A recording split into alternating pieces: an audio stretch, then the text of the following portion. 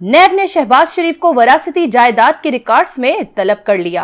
आप देख रहे हैं धरती न्यूज। खबर की तफसील से आपको आगाह करते हैं। नैब ने कौमी असम्बली में कायदे हिज़्ब इख्तिलाफ शहबाज शरीफ को मनी लॉन्ड्रिंग केस में 17 अप्रैल को तलबी के मौके पर वरासत में मिलने वाली जायदाद समेत मुतअद्दिद दीगर तमाम रिकॉर्ड तलब कर लिए।